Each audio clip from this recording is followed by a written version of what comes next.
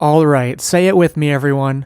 Another penis video? You said the last one was gonna be your last. Yeah, I know.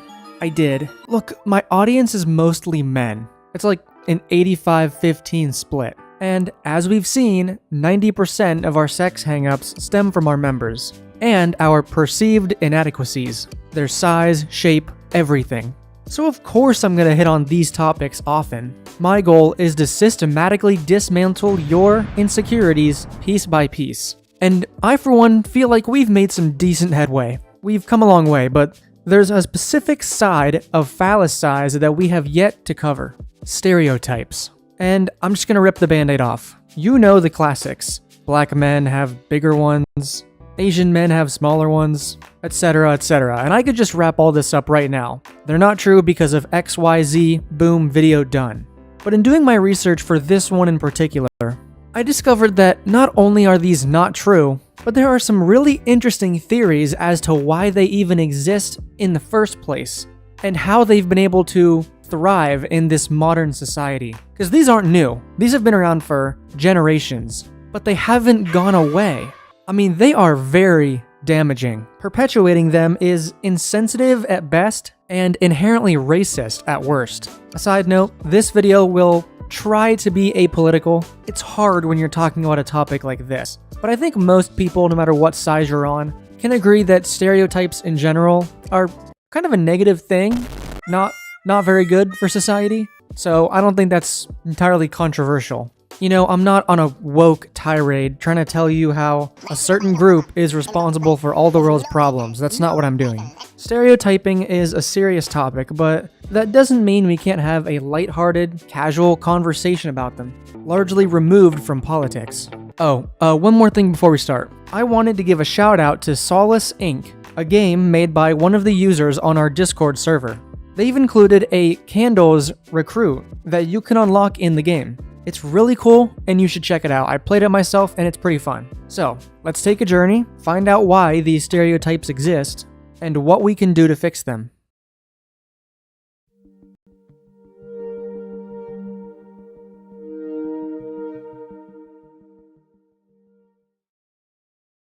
Now, as we speak, I can hear some asshole in the comments typing, "Oh, but I found this study that shows a definitive link between race and dick size. It's called Rushton's theory." I have one thing to say to you. You are made of stupid. There are a few modern studies out there that claim to have found links between race and penis size.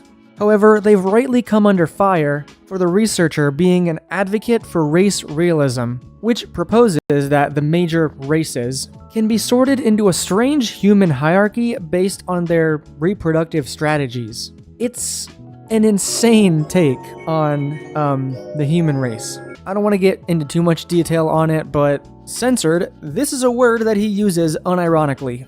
Yeah, not good.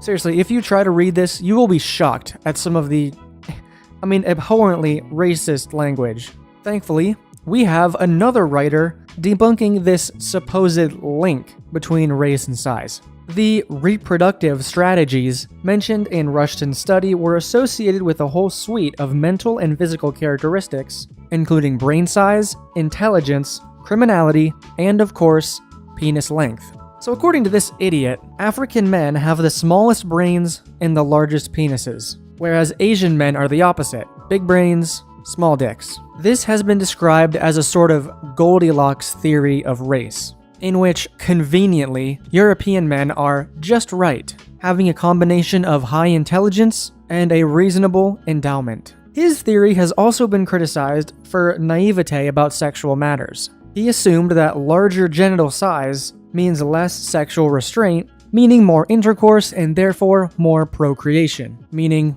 baby making.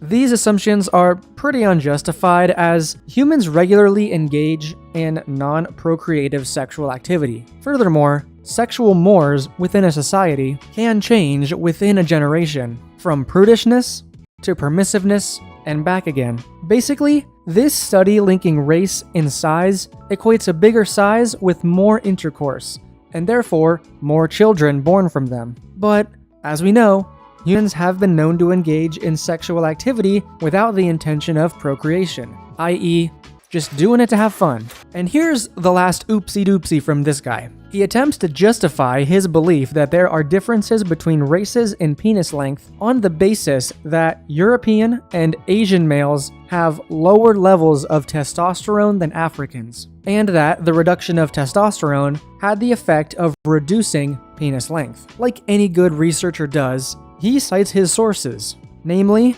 Widotsky and Green, 1940. Now that's all well and good. At least he was smart enough to cite his sources. Except there's one problem with this.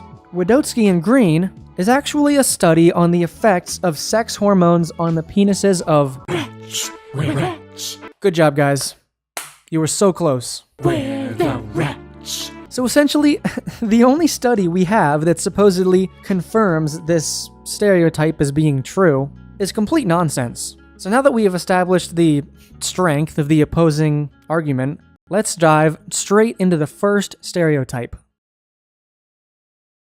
The first of our stereotypes we'll cover in this video is the small Asian stereotype. Not in stature, but of course, penis size. It's the idea that Asian men, on average, have smaller than average members. So this is one that I did not know about until I started to do research for this specific video. Yeah, I know. Apparently it's a popular stereotype, but I've never heard of it before. Outside of like maybe that one Family Guy joke. The penises, while tiny, are extremely efficient. That's it.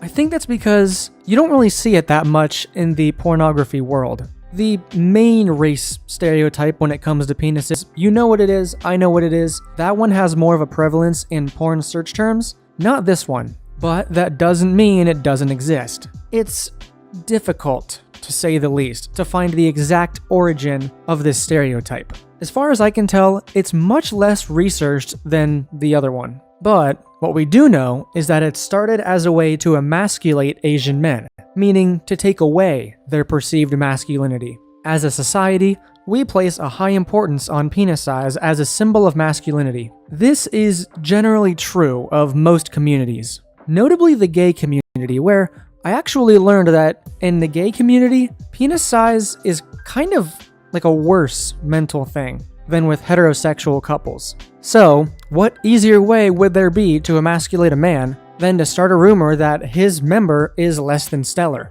There's a similar idea that Asian men tend to be bottoms in gay relationships, because men with smaller ducts are often associated with being bottoms in gay relationships. However, this is more of a reflection of what is expected of them rather than their actual desire. Remember that concept. What you desire versus what is expected. We will come back to that. This specific rumor about Asian men is an attempt of an overall perception that East Asian men are less sexually desirable to women compared to men of other races, especially whites. You'll find out soon that this line of thinking isn't exclusive to this stereotype, but anyway. Is it true? Is this stereotype factual? Unsurprisingly, no, it's not. As I stated, there's little official research that's been done on this one specifically, but I have collected some anecdotal stories that attempt to prove it to be true or false. Escort here. Seen a ton of penises over the course of 3 years. I can't speak for the entire population, but from what I've seen, most Asian men I've encountered are on the average, slightly thinner side. Smallest I've ever seen on an Asian man was about 2 inches fully erect. That being said, I've also seen 2-3 inches on Caucasian, Persian, Latino, and Indian man as well. It's not an exclusively Asian trait. Heck, I've seen a 3-incher on a black man as well. Stereotypes are stereotypes. Inaccurate and in no way a correct representation of the general populace. But not every experience is that cut and dry. The next story is from an article where a white woman in her 30s is exclusively attracted to Asian men.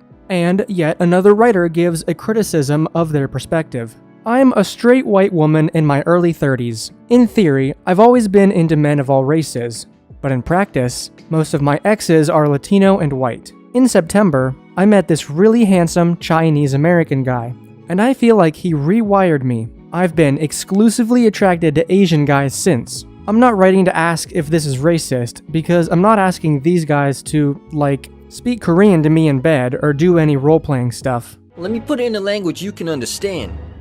Oh, so sorry. No charm in here. You deliver. Wrong place. We just date and have sex, same as my past relationships. But if any of these dudes saw my Tinder matches, they'd be like, this woman has a thing for Asian guys. Which I do, but it's pretty new. Is this normal? Do people just change preferences like that? Also, can you do a PSA about Asian dicks? In my recent but considerable experience, they run the gamut from average to gigantic. If small Asian dicks were a thing, I would have encountered at least one by now. That shit is a myth. Now I do have to call out two things before I get to this writer's response. One, you're seeing bigger dicks because generally guys with bigger dicks have more confidence, therefore are getting Tinder matches. And what gave you the confidence? Delusion. And or are on Tinder, or are even trying to date in general. I went over this in my hookup culture video, but virginity rates are on the rise, so only the top, etc. % of men are actually getting dates, yada yada. But number two, it doesn't sound like this is a preference, it sounds like you're missing the first guy.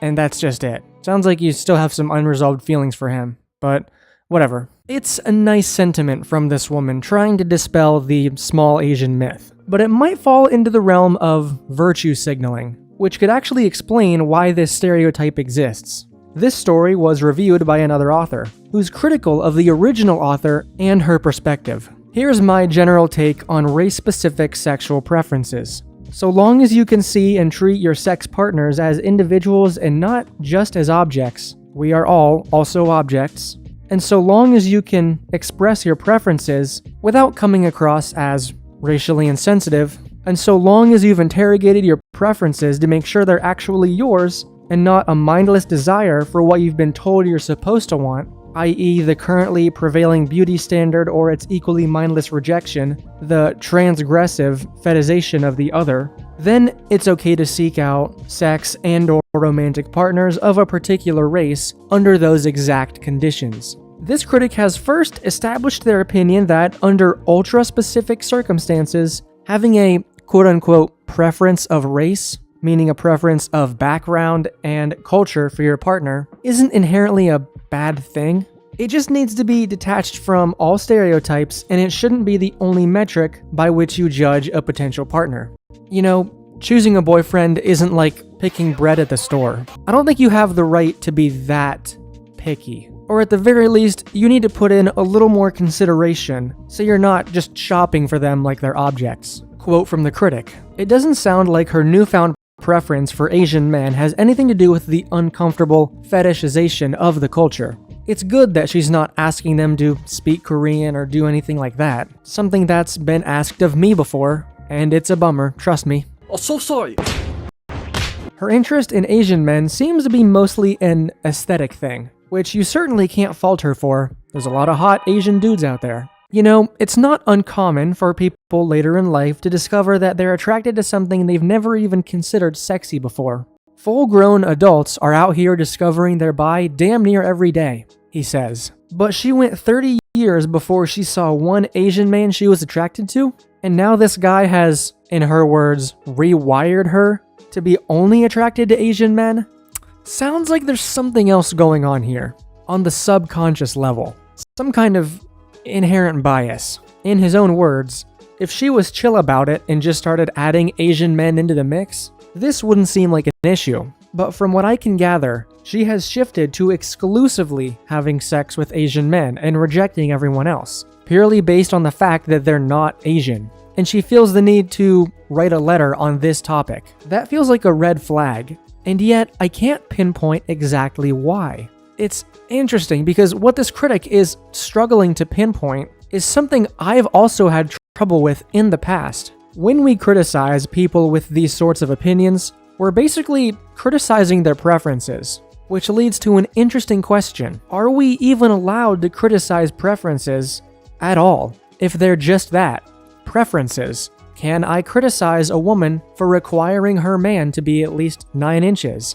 Are people allowed to have their own preferences and have it not be a problem? This is something that I can't fully answer in this video, but I'd love to dive deeper into that very topic later on. But he continues.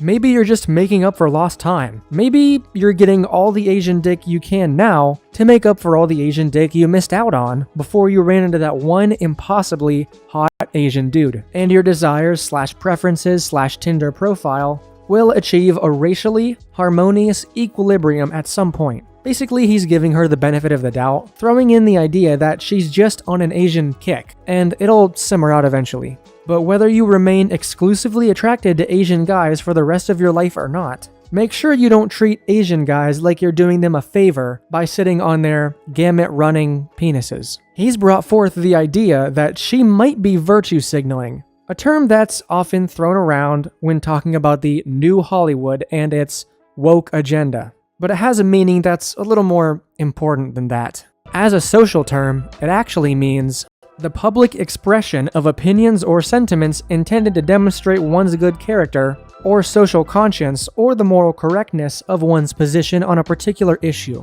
In layman's terms, it's like interrupting the conversation to make a politically correct statement just to make you feel good about yourself. Our critic finishes his breakdown with this statement: "I'm weary of people with a specific racial preference for Asian men. And it's less out of a fear of being fetishized, though that's certainly part of it, and more because of the implicit power imbalance that exists in those relationships. It's all artificially constructed by culture, of course, but I'm acutely aware that society views Asian men as less masculine and therefore less desirable." You could say it's somewhat of a script that we've all been implicitly taught to follow. And I've learned that guys who have a preference for Asian men sometimes bring a certain kind of entitlement to our interactions, i.e., you should feel lucky I'm paying you this kind of attention. And that's gross. It doesn't sound like she's doing that, but something about this letter makes me feel like she wants to be congratulated for being woke enough to consider dating Asian guys. She'd do well to keep this stuff behind the curtain. No one wants to feel like someone was into them only because of some witch's curse a hot Chinese American guy put them on at some bar. And I'm inclined to agree with this guy. The idea of the small Asian may be a stereotype perpetuated by virtue signaling. You're probably smaller, so I'm doing you a favor by agreeing to sleep with you. So it's important to recognize this stereotype as something that exists. If you have a preference, by all means, I can't stop you. But that little bit of empowerment could make some men and women feel superior by giving the Asian guy a chance, when they really should be giving chances to guys they find attractive, unrelated to race. Also, just want to call out, there's a subreddit out there that completely disproves the small Asian myth. If you know, you know, but I want you to know that I go through all the research that's required of me to find the truth. Now, here we go. The BBC stereotype. British Broadcasting Corporation. It's unfortunate. Come on, you bitch. Alright, this one I'm a little more familiar with because it's been more heavily reinforced by the major porn sites. Longtime viewers may know that I haven't exactly been super critical of these porn sites in general, but I will be particularly critical of them in this video, because they are very guilty in perpetuating this stereotype. I think we've all heard it before, so there's no use in mincing words. In layman's terms, it's the idea that black men have significantly larger penises relative to everyone else. Plain and simple. It's an idea that's sort of the opposite of the Asian man stereotype. Instead of trying to emasculate black men, this stereotype serves to identify black men as the opposite, overly masculine, aggressive, dangerous. If my comments section is anything to go off of, this stereotype affects black men a lot. In fact, it was a comment from a black man with an average-sized duck that inspired me to make this entire video. It's a particularly damaging stereotype, because it's promising something that isn't true most of the time. Sure, it happens, but not more often than other men, and not to the degree spread around by the internet. I love how this particular black author puts it. I'm also black, and the word is that all black men have a large phallus. Not sure where I was when they gave them out. I obviously skipped kindergarten that day. Yeah, I think we all missed that handout. Wait, kindergarten? Long before I began dating, I was aware of the perception that to be a black man is to have a large penis.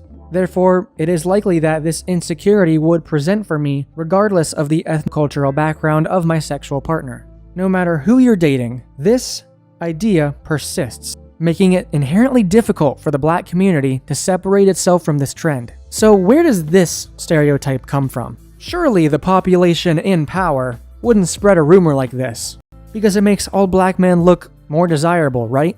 That doesn't make sense. Well, it's complicated, because an oppressive, largely white population did start this rumor, but back then, dick size was not viewed the same as it is today. This particular stereotype started as a form of racial oppression. Back then, larger phalluses were believed to be strongly correlated with two other traits: lower intelligence and higher aggression. So the idea that all black men had larger penises was spread to make more people scared of black individuals. It was a fear tactic. Historically, black men were described as subhuman, animalistic, and lust-driven. This would eventually lead to the reasoning that black men are a sexual threat to society and are prone to abusing white women, an idea gruesomely depicted in the controversial film Birth of a Nation. These accusations were used to justify the lynching of black men. For example, 14-year-old African-American Emmett Till was kidnapped and brutally murdered for reportedly flirting with a white woman.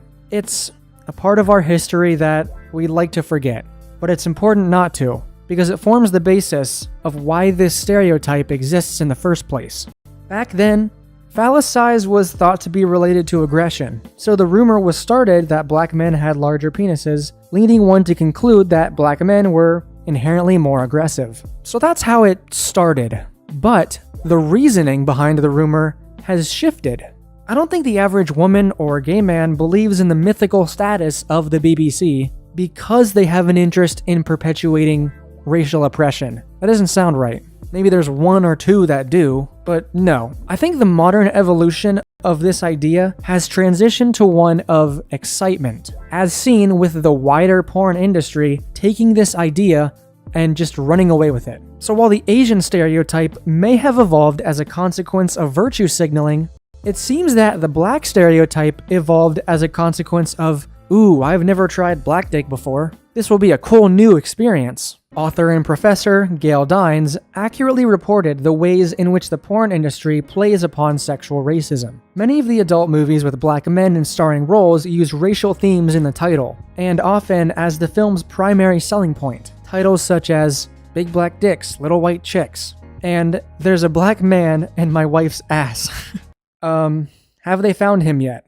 Send in the search team. These are a microcosm of the porn industry's perpetuation of black male sexual stereotypes. In these cases, the trope includes exacerbation of the notion of black male obsession with white females, which was often used to justify the lynching of those same black males. I don't know about you, but I am sort of morbidly curious about all of this. It's so strange and unpredictable that one of the worst fear-based stereotypes in history evolved into a simple porn search term in less than one generation. Like, how did we get here? As we saw with the whole white woman in her 30s dating an Asian man story, these stereotypes continue partially because of race play and the historical power imbalance in the relationship. With Asian men, there's a fantasy of domination. With black men, there's a fantasy of being dominated. Race play is a controversial bedroom activity that deserves its own video, definitely. But it's important to go into any sexual situation with the knowledge that roleplay is consensual and fictional. I'd like to end this section on a quote from one of the authors we heard from because it's just so accurate. As for television, I am still waiting on a male equivalent to Sex in the City, a space for men to authentically talk about our experiences, hopes, dreams, and fears in reference to sex and sexuality. Discussing our insecurities in particular may be a path towards liberation from our societally imposed hyper-masculine prison. Remember, you're as healthy as your secrets. Couldn't have said it better myself. The small Asian and the BBC are some of the most seen and most studied stereotypes when it comes to penis size. But this isn't where it ends. Another stereotype is that Indian men have small phalluses. There's also the ones floating around that height and shoe size can predict penile length, which are also shown to be untrue if you've read any modern study. Before we close out this video, I'd like to present a theory as to why these modern stereotypes are so hard to get rid of. Sexual scripting theory. Sexual scripting theory provides a useful framework for examining race-based sexual stereotypes and understanding how sexual stereotyping shapes partnering practices. The theory posits that sexuality, like race, is socially constructed and that individuals develop and understand their sexuality in conjunction with powerful historical and cultural forces that shape social life. Essentially, it's the theory that, similar to race, sexuality can be viewed as something cultural and can influence ideas on the individual level, often subconsciously. Similar to partnering behaviors, sexual scripts are locally derived and take on different forms and meanings according to the cultures and subcultures in which they are embedded. According to the theory, sexual behavior is best understood as a function of cultural scripts, i.e., instructions for sexual conduct that are part of the cultural narratives and symbols that guide social behavior, interpersonal scripts, i.e., structured patterns of interaction influenced by shared norms within subcultures and groups, and intrapsychic scripts, i.e., plans and fantasies through which individuals think about their past, current, and future sexual behaviors. These scripts, individually and in tandem, inform and guide people's sexual behaviors, preferences, and identities, and provide meaning to what might be considered appropriate sexual desires and activities. So according to this theory, basically when people engage in sexual activity, they might subconsciously consult a certain narrative when they decide to get down and dirty. This narrative has been implicitly taught to them through media, through parenting, and through the perpetuation of stereotypes. For example, a white woman and a black man decide to have sex. Because of this kind of relationship's cultural significance, the sex might naturally follow a pattern where the woman expects to be dominated by the man. She may even expect him to be rough with her. Whether they realize it or not, they're both following a script. There has been some criticism of this theory, with critics arguing that the idea of sexual encounters having subconscious influence might lead to sex that isn't entirely consensual. The man might be too rough with his partner and uses scripting theory as an excuse. I'm the man, so I'm supposed to dominate you in the bedroom, etc. I can understand that criticism. However, I view this theory as a possible explanation for stereotypes, and not as an excuse to perpetuate them. If someone were to teach this theory in a classroom setting, the notion that you ultimately have control of what does and does not happen in the bedroom should be emphasized. Like this: sexual scripts theory is a possible explanation for why these stereotypes exist, but you as an individual have control of your own desires. If your partner deviates from this script, you can use this theory to understand why you thought it would go a different way in the first place. But you and your partner's want ultimately overrides any narrative that you think you might have to follow. Both of you should verbally communicate what you want to happen in that bedroom. It's up to you, not your history. Sexual scripts theory is less of a concrete idea and more of a possible way to explain some of the mechanisms that perpetuate bedroom stereotypes. Understanding how it both affects and does not affect you as an individual is important. So what does all of this mean exactly? Well, you might start to see the pattern between every single one of these ideas. A group feels threatened by another, so they spread rumors about their manhood, which is falsely linked to behavioral tendencies. These stereotypes eventually evolve into their own kinks and fetishes because they've been around for so long. So now they're attached to excitement rather than racism, which really muddies the waters when it comes to their morality.